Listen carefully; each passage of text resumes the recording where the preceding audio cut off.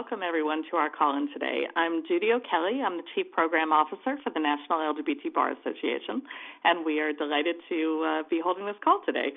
Our call-in is going to be addressing the state of employment law with regard to LGBT rights in the wake of the U.S. Supreme Court's denial of certiorari in Evans versus Georgia Regional Hospital and two recent very favorable rulings, the Second Circuit's in Zarda versus Altitude Express and the hot-off-the-presses case from last week from the Second Circuit in EEOC versus RG and GR Harris Funeral Homes. We have a fabulous lineup of speakers today with a rich array of litigation skin in the game on this issue, and I will do a quick introduction to each of the three of them and then have our moderator for the day take it away. Our moderator is Jennifer Levi, who is the Transgender Rights Project Director with GLAAD. Jennifer is a nationally recognized expert on transgender legal issues and is also a law professor at Western New England School of Law. Jennifer has served as counsel in a number of precedent-setting cases establishing basic rights for transgender people, including, and I'm going to hope to pronounce this properly, O'Donovan versus Commissioner of Internal Revenue, which established that medical care relating to gender transition qualifies as a medical deduction for federal income tax purposes, as well as Doe v. Units, in which she represented a transgender student denied the right to attend school because of the clothing that she wore. Jennifer has also worked on a number of high-profile family law cases and has been a wonderful partner with the bar in a number of these call-ins over the years. We also have E. Pierce Blue, who is an attorney advisor for the Equal Employment Opportunity Commission. Pierce an attorney advisor to Commissioner Kai Feldblum at the U.S. EEOC, and in addition to his service there, he has worked as a policy advisor on Capitol Hill, an associate at DLA Piper U.S., and as a teaching fellow at the Georgetown University Law Center's Federal Legislation Clinic.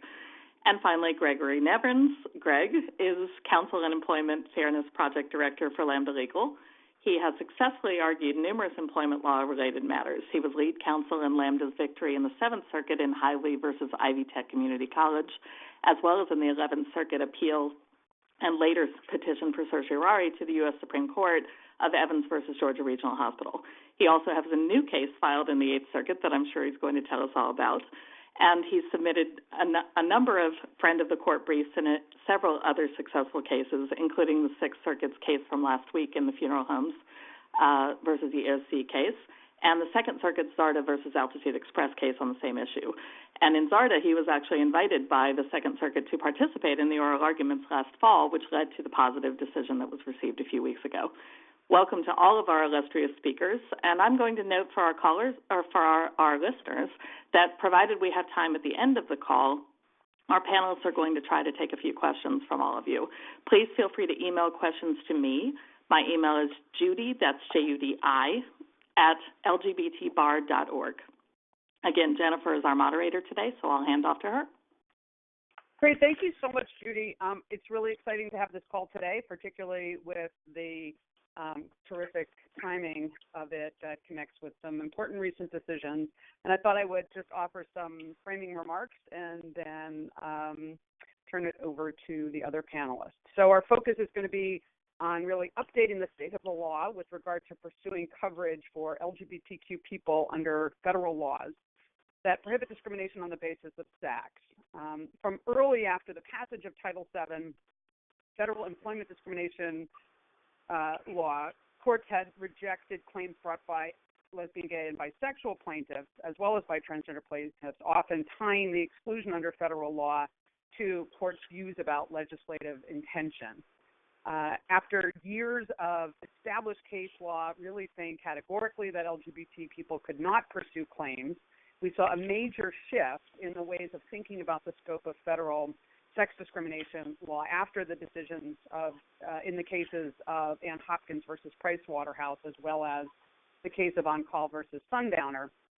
And those cases established the really foundational ideas that the term sex within federal sex discrimination law should not be understood narrowly.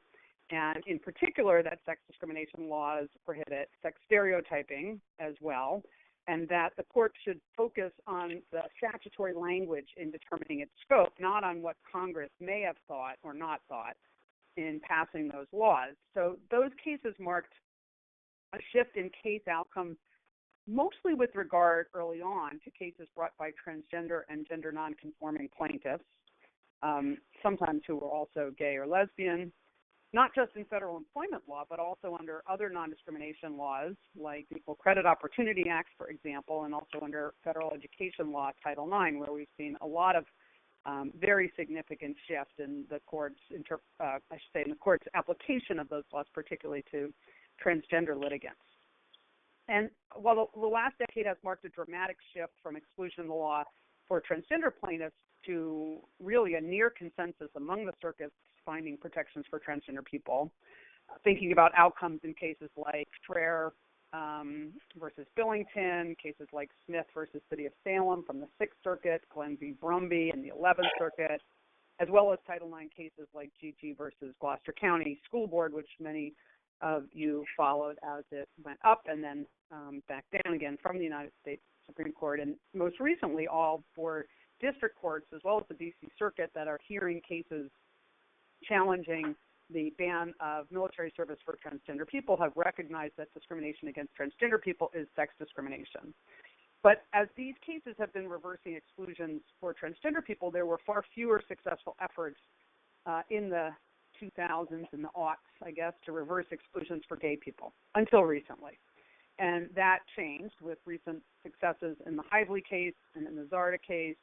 And at the same time, of course, many people have been following the Evans case in which the 11th Circuit rejected the specific argument about sex discrimination applying to sexual orientation, but allowing that claim to proceed on behalf of a lesbian plaintiff on other claims. So this panel is going to talk about the current status of cases pursuing protections on the basis of sexual orientation, though we'll address cases under gender identity as well. And we're also going to talk about what all this work means for potential progress in the states and how that work also fits into the federal landscape beyond the litigation upon which we're focused. So first, I'm going to turn the conversation to Pierce Blue, who has been working on the EEOC versus Harris Funeral Home.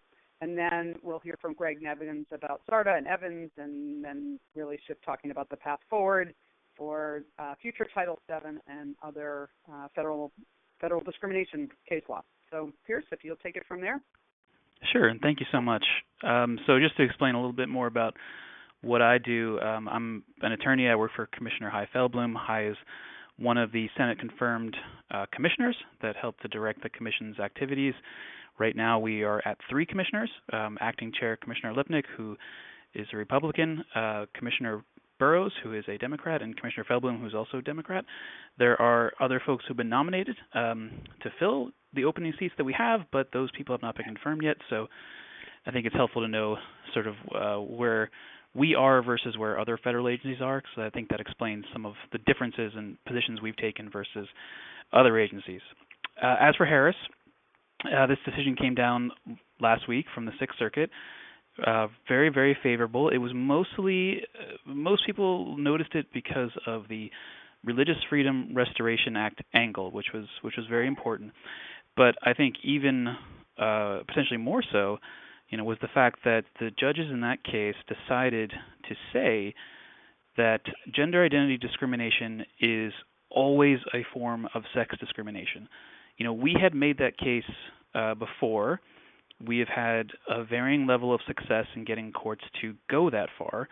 The Sixth Circuit had previously said that individuals, transgender individuals, can bring sex stereotyping claims, which is just another form of sex discrimination claim, but one that's a little bit potentially limited, as opposed to just saying outright that no, all discrimination on the basis of gender identity is inherently a form of sex discrimination. So that was a very important win. And it does continue, I think, a rather long line of cases where courts are finding protection for transgender individuals. They really is only one area where the courts are still struggling with this, and that's in terms of access to facilities, which raises its own sort of issues, like restroom access, locker room access, that sort of thing. You're seeing that in Title IX. Although even in that area, I think we're seeing more and more courts reach the outcome that we believe they should reach. Again, another solid win in this area. As for the Religious Freedom Restoration Act claim, that's also very important, as folks have heard. As it's becoming more clear that these laws impose requirements on employers to not discriminate on the basis of sexual orientation and gender identity, you are seeing more companies make the claim that complying with that mandate violates their religious conscience, their religious freedom.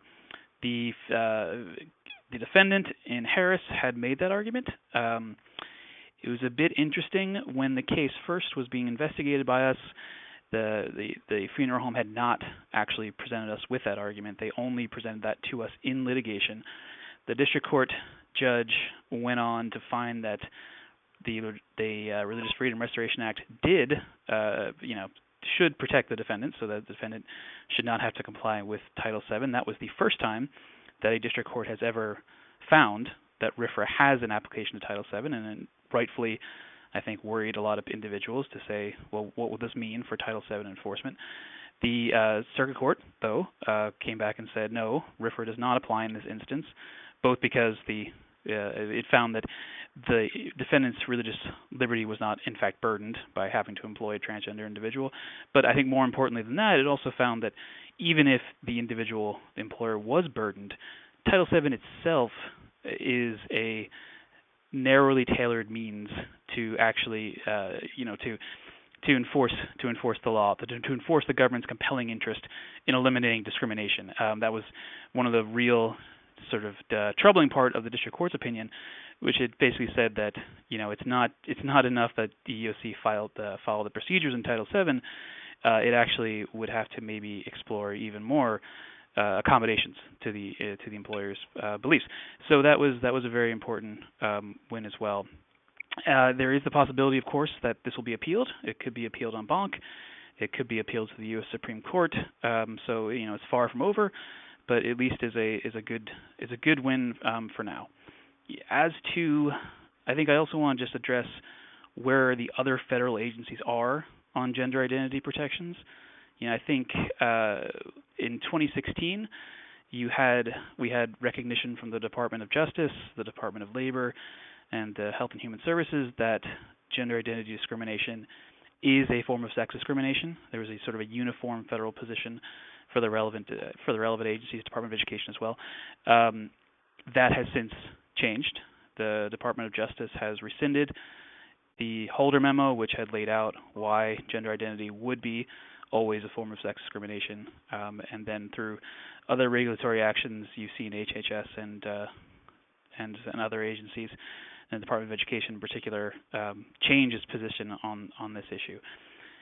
We obviously continue to hold our position. We have not changed it. It's of course possible that with new appointees that we might change. I don't anticipate that, but it is possible. But for now, we remain a leader on this issue, and we're pushing it in the courts, and we're still winning some. So I think it's a really good reason to hope. And obviously, as we go forward, I can answer more questions as to sort of exactly what's going on in the federal government in terms of these issues and the challenges that we face. But I think for now, I'm supposed to turn it over to Greg, I believe. Yes. Hey, just before you do, could I ask one follow-up, Pierce? Yeah, sure. And also, and before I do, also just want to invite people, if they do have questions for the panel, to email them. And just a reminder, it's Judy, Judi, at lgbtbar.org. If you have questions and you want to direct them to the panelists, email them to Judy, and we can ask them on the call. So my question here is, did the change in position by the Justice Department impact either the argument or the court's analysis in the Harris Funeral Home case?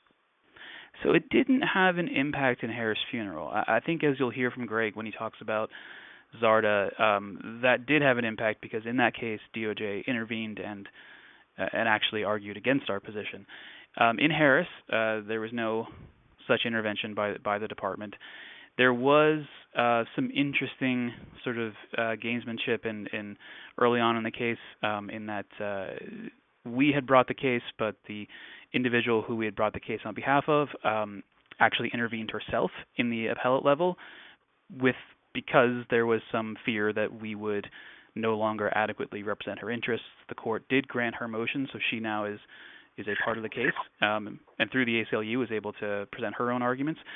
But other than that, no, that change in position hadn't had a direct role in that case. I think that nationally, it's obviously might in the future, but I think, as Jennifer pointed out, the really good thing about this particular area is that, unlike sexual orientation, you do have a fair amount of precedent saying that this is protected. So trying to argue that it's not is much more difficult. You can argue that maybe it is not always protected. You can argue that, as the district court had done originally, saying that, well, it has to be sex stereotypes, it's not all forms of discrimination. There's that avenue, but to say that there is no protection, I think, is very difficult to do. Mm-hmm. And now that you raise it, and I'll get to in just another minute, Greg, but were there any differences in the ways in which the legal argument was framed or pursued between the individual who faced the discrimination and the EEOC? Were there any differences? No, there wasn't, and I mean, and this is, I think, it's partially, it's a reflection of our structure, in that the way this sort of works is, once we have authorized a case to go forward, then it belongs to our general counsel to argue it as he or she sees fit. And we still, while our general counsel, who had been with the commission under the Obama administration, had left, the career general counsel who was there opted to continue our prior litigating position, which was entirely in line with what the plaintiff, what the individual affected, would have argued anyway. So I think we were very much in tandem on that point. Great. All right. Well, thank you so much. And so no, I've got some more follow-up too to turn back to. But Greg, I'm going to ask you to talk about the pursuit of claims for LGBT plaintiffs under Title VII, specifically focusing on some of the recent really terrific decisions which you have been so central to securing. Thank you, Jennifer. Basically, we for the past, really, with a great deal of intensity, maybe the past 5 years, we've been pushing out essentially three very interrelated theories of why Title VII covers lesbian, gay, and bisexual employees. One is the very simple differential treatment that you're treating a man with a husband differently than you are a woman with a husband, and it's really that one's that simple. There is also the sex stereotyping argument, which is the argument that a woman who dates women, that is just not the gender norm for women, and so just like many other things, it's just another example of, if she were to if she were to play rugby or drive a Harley or have tattoos, then all those things would be gender nonconformity, and the way our society has the way things developed, there's a stereotype that because it's also accurate, at least statistically, that men are generally attracted to women and generally only to women, and so there's a prevailing stereotype on both sides for both genders regarding who they are or who they should be attracted to. And so much the way that it's a different stereotype than Ann Hopkins was the victim of at Pricewaterhouse, but that they all should count the same. And the last is the analogy to interracial relationships, and this is built on a wide number of cases across many jurisdictions that all reach the same conclusion, that discrimination against somebody because they're in an interracial marriage or relationship, it is discrimination based on their race, because you are treating basically, it is the union of the two races that is problematic in the discriminator's mind, and so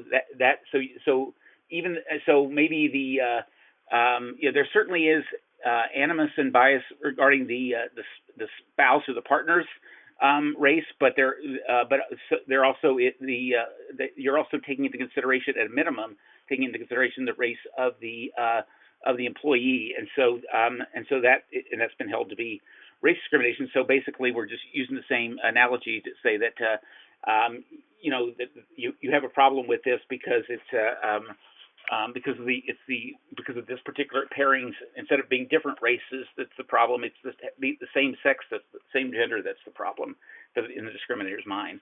And that found favor with a Hively majority, and with the Zarda plurality. And I think I haven't done exact vote counts, but basically enough of the judges there were 10 judges of the 13 overall that supported the supported coverage, and they were considerably more spread out as far as their particular preferences, or whether they whether they endorsed all the rationales. That wasn't so much the case in Hively, but both of those decisions were pretty substantial rulings in our favor, 8-3 in the Seventh Circuit and 10-3 in the Second Circuit. One thread running through all these cases, Hively, Zarda, and Evans, is that we lost before the circuit court initially. Basically, in each case, the court relied on existing precedent, and we knew that would be the case in the Seventh Circuit and the Second Circuit, pretty much. I mean, it's very rare when a panel will overrule another panel, and we really didn't have. There was a slight possibility, but it wasn't. We figured it would probably have to go in bank in the Seventh Circuit and the Second Circuit. The 11th Circuit also relied on precedent, but it was precedent that had eluded not only me, but also the judge in this case, and several other district judges that were bound by that ruling. That there are many decisions that called it an open question, but the 11th Circuit said otherwise. They relied on a line at the end of a 1979 opinion of the Fifth Circuit, which, of course, as folks probably know, is all those cases before October 1st of 1981 are binding on the 11th Circuit. So that was the basis for the panel in Evans ruling against us. There was the Seventh Circuit had like 4 or 5 cases directly on point against us, and the Second Circuit had 2 very prominent ones. But we asked the Seventh Circuit to go in bank, and they said yes. We asked the Second Circuit, who goes in bank less frequently than any other jurisdiction, and they said yes. Which is why we were surprised when the 11th Circuit said no, because it would seem to be an issue of at least as much importance in the 11th Circuit, because considering there aren't state protections to fall back on, and because the 7th Circuit and the 2nd Circuit were willing to reconsider much more recent and much more considerable precedent against us, and so. But be that as it may, we were faced with that position after the 11th Circuit denied rehearing in bank, and so therefore we went to the Supreme Court. We asked the Supreme Court to grant cert, thinking that we had a pretty pronounced circuit split. Maybe not as much as an actual, the 11th Circuit had gone in bank and then ruled against us, but still a pretty, at least a court that had seen the current coverage arguments and decided not to do much about them. They didn't reject them per se, but they didn't go in bank to consider them on the merits. So that left us with and then the Supreme Court denied cert on December 11th, and that meant it was back to the salt mines to see if we could get more cases, favorable rulings on coverage from the circuit courts. And that's where we stand now. And as Judy alluded to, we filed a case we filed our opening brief in the 8th Circuit appeal of Mark Horton versus Midwest Geriatric Management. So that case was thrown out. And most of these cases except for Zarda, were thrown out on motions to dismiss. So that's the usual procedural posture. So I'll yield the floor back, and then I'll just answer questions regarding that and the next topic. That sounds great. Thank you, Greg. Thank you so much. But I do want to ask a quick follow-up, which is, can you give us your sense of what, if anything, could or should be read into the cert denial in the Evans case, and maybe add into it some of your thinking about why the timing was right to seek cert in that case, and how what some may be thinking about the shifting composition of the court heading forward means for any changes in your thoughts about timing. So the first is, what should we read into the cert denial? And the second is, what should we be thinking in terms of timing around getting this issue up to the Supreme Court? Yeah, I would say there were a few things about the case that if the court was, I mean, considering this really hadn't been presented to them at all with an actual circuit split behind it before, and in our case, the defendants never showed up until the Supreme Court required them to file something, but they didn't show up in the district court because our Jamaica Evans was at the time pro se, and so she, instead of she asked the court to do the service for her, which triggers a sua sponte review of the sufficiency of the complaint. So, and because the court found it lacking, the service was never effected on the defendants, and so they weren't. But that usually, most people don't try to put much weight on that. But they decided that they took the position that they weren't parties to the appeal, and they didn't file a brief, and they didn't show up for argument either. So there was a situation where you might not have had the best of classic adversarial situation, but I mean, obviously in the past the Supreme Court has dealt with that when they've wanted to, and appointing some special amici curiae to argue that in some cases that we actually know pretty well. But it is something that they probably gave them pause, and it was the first time that that the issue had come up to them at all in a number of years, and certainly with an actual circuit split. And we know from the marriage cases that if you're relying on something other than a current adverse precedent compared to favorable decisions on the same arguments, and with courts looking at basically at the same question, and then sometimes the court doesn't think the split is as sharp as as they would want. So, and of course we thought it was wise to see if we could see while the Obergefell 5 were still there. We thought we might see if we could give them a chance to rule on this issue.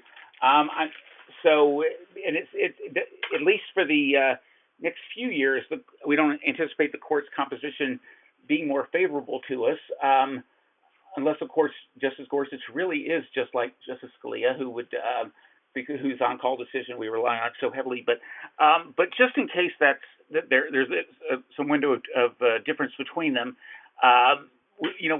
we thought that it might be wise to get before there's another change in the court's composition to see if we can get them to consider this now. And of course, we're going to keep monitoring the advisability of pushing these things up. But at the same time, it was Ivy Tech's decision to not to seek cert, and they made it very quickly.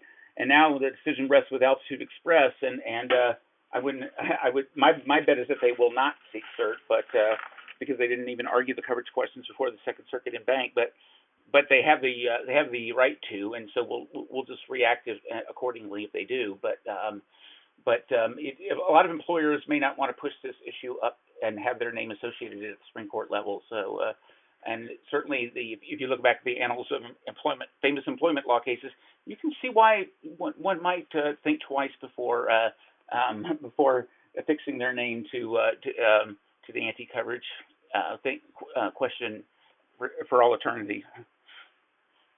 Yeah. And actually, now that you can circle back to Zarda, I want to ask you a related follow-up to the question I had asked Pierce, which is how, if at all, do you see the Justice Department's change in its position with regard to the scope of coverage under Title VII law impacting future cases like either the one you filed in the Eighth Circuit or others? And maybe you could talk a little bit about how that impacted and how it played out in the Zarda case in particular. Well,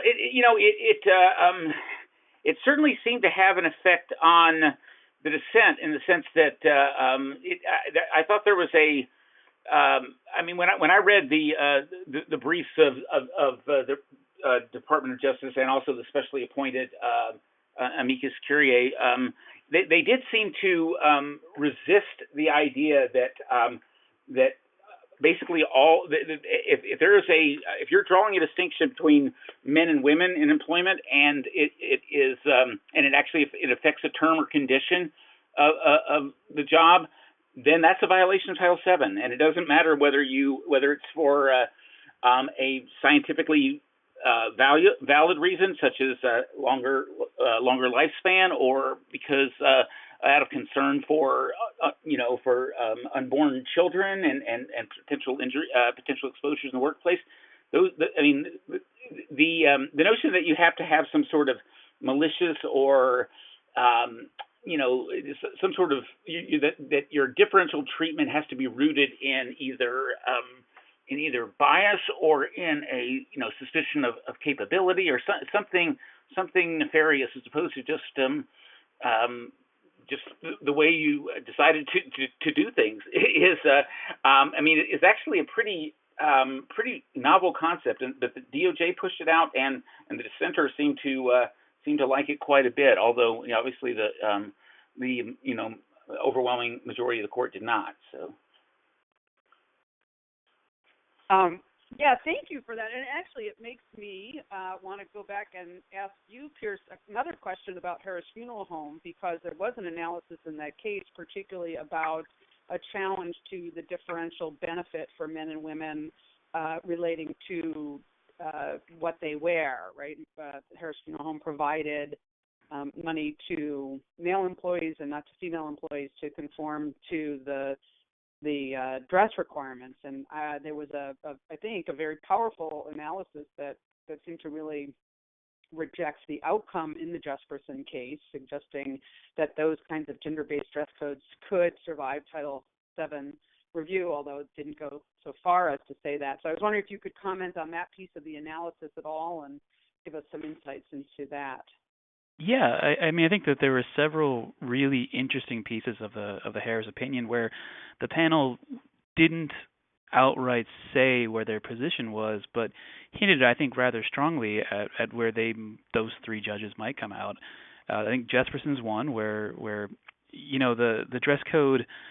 The dress code and the benefits that the employer provided to different employees was certainly an issue in the case, but it was more of a distracting issue, to be honest, particularly at the district court, where the judge latched on to that for reasons that no one really can quite understand, and sort of said, well, that's the sort of alternative solution that the EEOC could have reached with this plaintiff with this defendant, in order to avoid violating this individual's religious beliefs, is somehow coming to this agreement that there would be a uniform dress code where both men and women employees at the funeral home would dress in the exact same way, and somehow that would have resolved the issue, which of course it wouldn't have done any such thing, as the court's opinion, I think, forcefully pointed out. I mean, the problem was that this employer did not want to employ a trans individual. That was the problem. The dress code was more of a sort of side issue when it came to it, because this individual was perfectly willing to dress according to the employer's dress code that they applied to women. The employer just didn't want this person that they didn't view as a woman to dress as a woman. So I think that was rather interesting. Another one, yes, and I think that the way in which they framed it made it certainly seem as though if they had been presented directly with a question of, can employers have these sort of dress codes that put different standards on men and women, but arguably sort of put equal standards on men and women, could these survive? You do have a string of cases saying that yes, those are allowable. I think this panel might have found opposite and might have said no, you can't, under Title VII, apply different dress codes and sort of cosmetic appearance codes onto different employees on the basis of their sex. So that was rather interesting. Very similar in terms of the question of coverage of sexual orientation. Certainly that was not at issue in this case at all, in the Harris case, but it favorably cited Zarda. It favorably cited Hively. And in fact, I went out of its way to cite Zarda, even though Zarda was, I think, only a couple days old at that point. So, I think those are certainly very, very hopeful signs. I would also add, just in terms of your previous question to Greg about the DOJ position, one very practical result of DOJ's decision to take a different stance than us in terms of coverage under Title VII is that if this case were to reach the Supreme Court, the only agency authorized to argue in front of the Supreme Court is the Department of Justice, particularly the Solicitor General's office. So we have authority to file amicus briefs at the appellate court level. You can get a situation in that case where DOJ and us are on different sides of a case. It's very rare, but it can happen. At the Supreme Court itself, absent the Supreme Court, I think, directly requesting our views, which I don't think has ever actually happened, the Justice Department would be the only voice speaking for the government. So we wouldn't be participating in that case, unless, of course, we had changed our position, in which case we would be agreeing with the Department of Justice. But at least as we stand now, we wouldn't be a part of that. That's so interesting, and I appreciate your raising that. So I guess, can you give us all a sense of how that might, how would that then go forward? I guess at this point, since the individual herself is involved in the case, then she would advance the positions that she has consistent with the EEOC. But would we then just expect the DOJ to shift to be in alignment with Harris Funeral Home? And then, I don't know, can you give us any sense of how that might fit in, particularly with the RFRA analysis in the case? Yeah, I can a little bit. It certainly is much more complicated in the Harris case than it is in, say, if the Supreme Court were to accept one of the sexual orientation cases. Because in Harris, we brought the case in the first instance, so it just looks very strange if on appeal all of a sudden the government shifts its positions. Now, that has happened before. It has happened in the during the Reagan administration. I don't remember the particular details, but there was a situation where we had brought a case and we had argued a certain position all the way up until the Supreme Court, and when it reached the Supreme Court, the DOJ took over and it argued a position different than us. What practically happens is you get a brief from the Solicitor General's office and it doesn't have our name on it, and it just says this is from the Department of Justice, and we of the EEOC are simply silent. We have either the parties below will make the same arguments we made, or they'll present possibly the briefs that we had presented in the past, but we don't have an active role at that stage. And this actually happened in the Young case. In the Young case, obviously, ultimately DOJ and we were on the same page when it came to the merits of the case when they finally were there. But when the question was first raised and the court asked for the views of the Solicitor General, the Department of Justice submitted a brief in its own name, which we didn't join because we disagreed with where the Department of Justice came out. So, it happens, but the ultimate result of that disagreement is DOJ wins. DOJ gets to present the argument, and we get to, either someone else does it for us or our views aren't heard. So interesting, and lots to look for ahead. I want to shift, gears a little bit and introduce a question or a topic about how this work in terms of the federal litigation, or litigation, I should say, under federal non-discrimination law, fits in both with advocacy for a federal non-discrimination law like the Equality Act.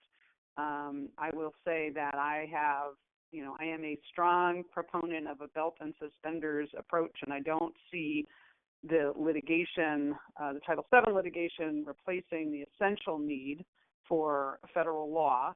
And also just want to highlight, we've really been focusing on Title VII work, which applies to employment. There are other federal sex discrimination laws like Title IX that apply to education and credit and other areas, although there is not a sex discrimination prohibition under federal public accommodations law, so that's an area that really needs to be addressed by federal law. And so my view is that this work goes hand in hand, because as there is a shift in the outcome in cases, there's already tremendous majority support for non-discrimination laws on the basis of sexual orientation and gender identity at the federal level, but there's a real need to shift the political landscape within the Congress to get some real activity. But the educational work and the increased support for a federal bill is essential. But I'm interested in your thoughts, both of your thoughts as well, in terms of where this work fits in with the efforts to get federal non-discrimination law passed. And then also after that, I want to shift a little bit to talk about how it fits in with continued efforts at the state level too. So anyone have thoughts on the Equality Act? Sure, I'll jump in here. I mean, you hit the nail on the head, Jennifer. I think as to the reason why people still people wanting to work and push for the Equality Act are on the right track, because there is our arguments are obviously almost exclusively based on the sex discrimination provision. Interestingly, the Horton case, like maybe a handful of others throughout the coverage struggle over the decades, does have a religious discrimination claim as well. But but we're pretty much talking about those things, and there is no sex, as you said, there's no sex discrimination prohibition in title for federal public accommodations law, and also the scope of what is covered as a public accommodation is could certainly stand to be expanded to. I think a lot of people would be stunned to know that a department store doesn't qualify under federal law. So so there's a lot of good that can be done in improving things legislatively at the federal level, and thankfully the members of Congress who are supporting us have been, shall we say, maybe more careful in how they pitch the what they're doing now. And you mentioned belt and suspenders; they actually have said that, and they've also certainly the lead sponsors have been active in as being a friend of the court in our coverage cases, saying, look, we're doing this, we're passing the Equality Act for a variety of reasons, but don't think for a moment that changes that has any effect on what the meaning is of the existing statute that prohibits sex discrimination, because it doesn't, and we believe it's already covered. But there are certain specific reasons why the Equality Act is would still be a great thing to have in law, certainly. Yeah. And Pierce, did you want to comment on that, or? Yeah. I mean, I think the perspective that the EEOC has as an institution, obviously, is that we're being presented with these questions of, is this covered under Title VII, and we're attempting to answer that question through our lens of Title VII. So as long as we're getting those questions, we're going to have to provide an answer, and this is the answer that we came out with.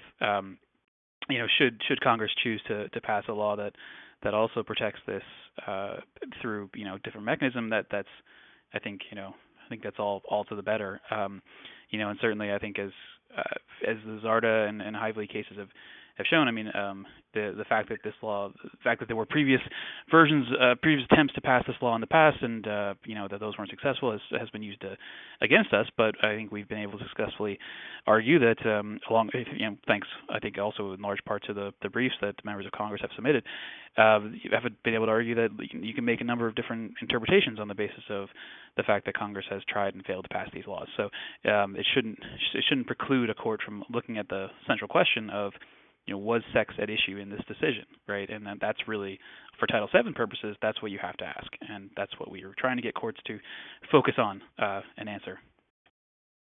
Great, yeah. And then I guess shifting to, I'll throw in as well that I think, having the EEOC commission decisions earlier articulating the scope of coverage has been really important, and part of it is that the purpose of federal law is not just to provide lawsuits for people who are discriminated against in employment, but also to make clear to individuals what the law is in terms of their protections in the workplace. And so I know as a practical matter, it's hugely important to have articulated within HR materials that employers put out the fact that discrimination on the basis of sexual orientation and gender identity is prohibited, and that is not always as clear as it needs to be for people who face protections, even in, places where the circuit decisions are crystal clear. And so having the codification in federal law is, I think, extremely important, both to individuals who are protected by the law, but also then employers who are subject to it as well. And so it just, it's a way, I think, of really advancing the workplace environment and protections for individuals that doesn't resort to, extreme measures like litigation. So it seems important for lots of reasons all around. And then I will say that as someone who has been working at the state level for a long time, particularly in the New England states, to add gender identity protections, including in states where there had previously been sexual orientation non-discrimination protections, that work goes forward as well, and I think needs to continue to move forward for the same reasons I was just suggesting about the importance of having clear statements of coverage under the law. But the other thing I want to highlight is, even, for example, in Massachusetts, we are facing in November an effort to repeal provisions of a gender identity non-discrimination law that took nearly a decade to get passed. And so, including in states where there are the possibilities of putting these questions out onto a statewide ballot, it remains essential to move forward, I think, both with federal litigation and federal legislation, because however far along you feel you've gotten in terms of doing the work, there is, and I think the recent elections show us that there's, really always the possibility for this kind of backlash. And I do think we move 2 steps forward and 1 step back, and sometimes that's a little bit different. But ultimately, we need to really shift the workplace culture and the workplace understandings about the importance of the scope of coverage. So I just, I think to the extent that sometimes we can miss or not think about the activity that is going on at the state level, but I think that it works hand in glove with the efforts at the federal level. And I'm curious if either of you have any thoughts about where this work, again, both the federal legislation, but also the federal, I meant to say the federal litigation, but also how the federal legislation fits into state legislative efforts. If either of you have thoughts on that. I don't want to sound overly pessimistic, but I thought it was interesting that you mentioned the efforts that have been rather successful over the past, let's just say, this decade, since beginning with 2010, to add gender identity to the states that didn't have it before in their non-discrimination law. And interestingly, that has been much, much more successful than trying to get protections added from scratch or from a blank slate. So, there were 20 at the end of 2009, there were 21 states that protected against sexual orientation discrimination in private employment. Now there are 22. Utah added their name to the mix, and that's it. That's the only thing that's happened in the past 8 years as far as adding protections. But I think about at least 5 or 6 states, and a lot of them are, certainly New England's well represented, but also I think Nevada, Delaware, and at least one went from having only sexual orientation protections to adding gender identity protections. And I think honestly there's a little bit of a blue state red state divide there, which is that the blue for using it as kind of a proxy, but I mean the blue states got fully blue, and but we didn't get much in the way of converts as far as over to the good side, bringing a state that had been didn't have any protections at all. So I think it's just I don't know why that is, but the momentum seems to have stalled as far as getting. I mean, a lot of it was the 2010 elections probably, and that took away probably a lot of momentum that was building in the upper, the Midwest states that don't have protections like Ohio and Pennsylvania and Michigan. So I mean, I think it's a challenge. It'd be great to see that work get reinvigorated, but it's with the, I don't know whether it's the politics that have taken over or whatever, but it has been, at least on the record of laws passed, it's been a challenge. Yeah, I mean, it is. I think it has been so interesting to kind of track this work separately focused on the sexual orientation side from the gender identity side. And I mean, just to highlight, the New Hampshire House of Representatives just passed a bill that would add gender identity to the state non-discrimination law, which is, I mean, quite remarkable and just a testament to some tremendous work that's been going on there. But it is interesting to think about the lack of additions of sexual orientation provisions to state non-discrimination laws. And, I guess it's a good question.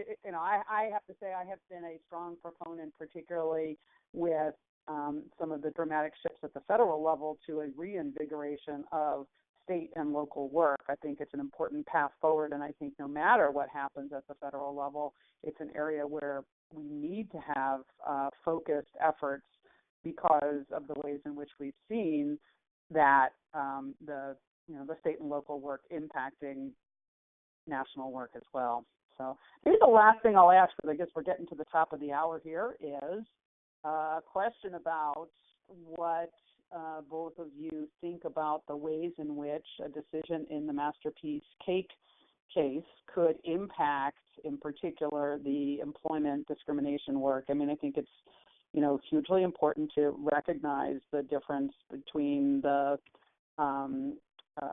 state public accommodations law that's at issue in the Masterpiece Cake case and the established precedent around the limited religious objections in the Title VII context. But, Pierce, you pointed out the district court's analysis under the RFRA part of the Harris Funeral Home case, and I guess I'm gonna leave it as a general question to both of you, and then I think I'll wrap it up. So, what if anything should we anticipate the intersection between the employment case law and a decision in Masterpiece Cake? I don't know, Greg, do you want to start with that? Sure, and I guess. I thought it was maybe that the decision in the funeral home case was interesting as far as talking about the really drilling down on what the issue is, and that's, I think what I'm going to be fascinated to see how that plays out as far as I think there was I think the religious freedom advocates have thought that they were kind of on easy street as far as hey, if we say that this is if we say that requiring us to do this is a violation of our faith, then that really can't be challenged. And I think that it's the court here said they didn't take issue with the beliefs or the fact that the transgender employee would not be accepted in the proprietor's church, but what they basically said is the only thing that's being asked of you is to not fire her, and so and obviously treat her just like any treat all the other women employees, and so I mean, you may say that this is it's forced compliance with with beliefs that are against your religious beliefs or forced exercise contrary to your beliefs, but it really isn't, because people realize that employers don't have boundless discretion when it comes to hiring people and also various other things, the way they conduct their business, and not everything that they do in order to comply with the law should be viewed as something that necessarily something they endorse personally. So I think it'll be very interesting to see how that plays out, because obviously I don't think we'll have the artistic or the creative expression things to the extent that they tried to push that out in Masterpiece and in the employment context generally. But I do think there'll be a real key issue as to what counts as and how much the employer's word about what is a burden on their religious exercise is actually taken at face value, or whether the courts look behind that and say, well, it really isn't. Yeah, and I think that I agree wholeheartedly. That was, I think, a very interesting part of the Harris Funeral decision is how they analyze the difference between what constitutes a burden and what constitutes a significant burden. And I can tell you that internally, certainly that was something that my boss struggled with sort of mightily. She gets a lot of flack from some of the religious side folks who believe that she doesn't have any respect for religious expression, which is, in fact, the opposite is actually true. She cares about it very deeply, and she always struggled with the idea of arguing that the burden wasn't significant. This individual's burden wasn't significant, merely because they said so. She wanted to. She always was more of the thought process. Well, if the person does say that they feel as though that they're being asked to violate some sort of central tenet of their religion, that should be something we think of as a significant burden. Obviously, she then felt that, but still, we had a compelling interest and we used the least restrictive means, so we should still win. But it's something we did struggle with. So I was very fascinated to see the court come down with that analysis. And I think that'll be rather interesting to see where the court comes down in the masterpiece cakes. Very similar as to is the fact that you have to make this cake, is that really something that actually burdens your religious expression? So very interesting to see. Yeah, well, I think we've teed up a topic for another call. So with that, thank you all so much. I'm going to turn it back over to Judy O'Kelly to wrap us up. Thank you, Jennifer, and thanks to each of you for speaking with us today. It's been a very rich and illuminating conversation. All of us with the National LGBT Bar thank each of you for your work that's bringing us close to equality for LGBT people, and we very much thank all of our listeners from the LGBT Bar as well. We're able to put together quality programming like this thanks to all of your continued support. If you'd like to see more cutting-edge legal analysis like this, please consider becoming a member, renewing your existing membership, or even becoming a member of our Justice Council. I want to let everyone know that registration is now open for our annual conference known as Lavender Law, and more information on membership and on the annual conference is available at our website, lgbtbar.org. A recording of today's call will be available on our website tomorrow, so tell your friends. Thank you to all of you, and have a wonderful week.